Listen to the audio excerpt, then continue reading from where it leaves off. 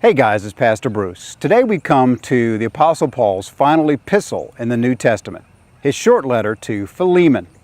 Many scholars believe that Paul wrote this letter during his first Roman imprisonment, sometime around 60 to 62 AD. This corresponds with his writing of the epistle to the Colossians, which makes good sense because it's generally accepted that Philemon was from Colossae, where he had a house church.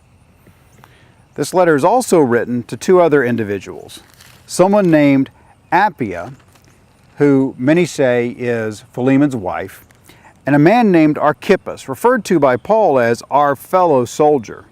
It may well be that Archippus was the pastor, and he was actually leading the house church. We're able to piece together these details from the letter.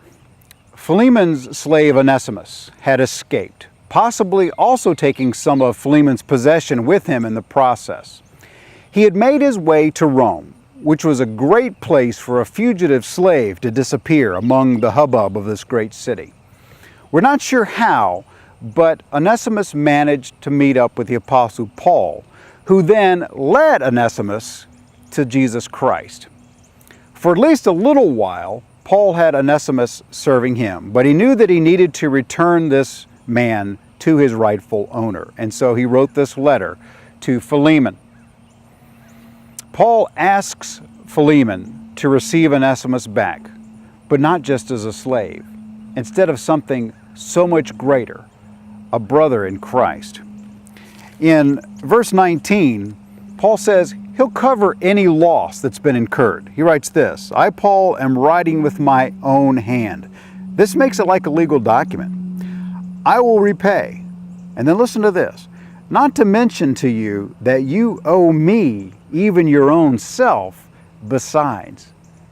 What Paul is saying here is that not only did I lead Onesimus to Jesus Christ, but Philemon, I led you to him as well. Don't forget that. Then he says this in verse 20, "Yes, brother, let me have joy from you in the Lord. Refresh my heart in the Lord." He had said earlier that he was so joyful for how Philemon was demonstrating the Christian life. Now with this great challenge of accepting back someone who had harmed him, Paul was hoping that Philemon was going to demonstrate the very best of Christian characteristics. God bless you as you go.